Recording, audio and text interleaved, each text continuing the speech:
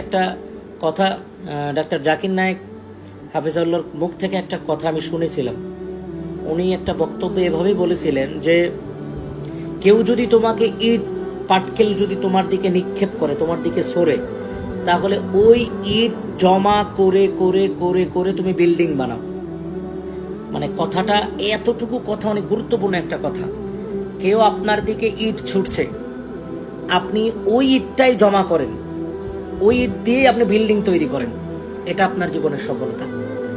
কেউ আপনার নামে আজেবাজে বাজে কথা বলে, কেউ বলে যে আপনি ব্যর্থ হবেন, কেউ বলে যে অমুক চলবে না, ও ভালোভাবে চলতে পারছে না, এটা হয়েছে ওটা হয়েছে, ও ভালো না, বিভিন্ন কিছু যদি আপনাকে উক্তি করে বলে, তাহলে আপনি চেষ্টা করেন তার ওই কমেন্টসকে নিজের মনোবল বাড়ানোর একটা মাধ্যম হিসেবে নিয়ে নেন।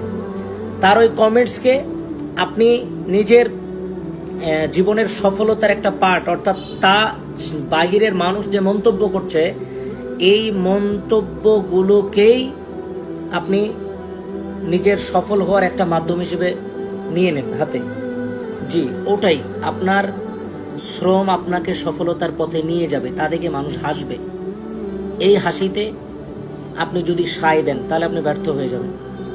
মানুষ আপনার সফলতার দেখে মানুষ হাসবে, মানুষ আপনার ব্যর্থতা দেখে খুশি হবে, আপনার সফলতা দেখেও একসময় মানুষ ব্যথিত হবে।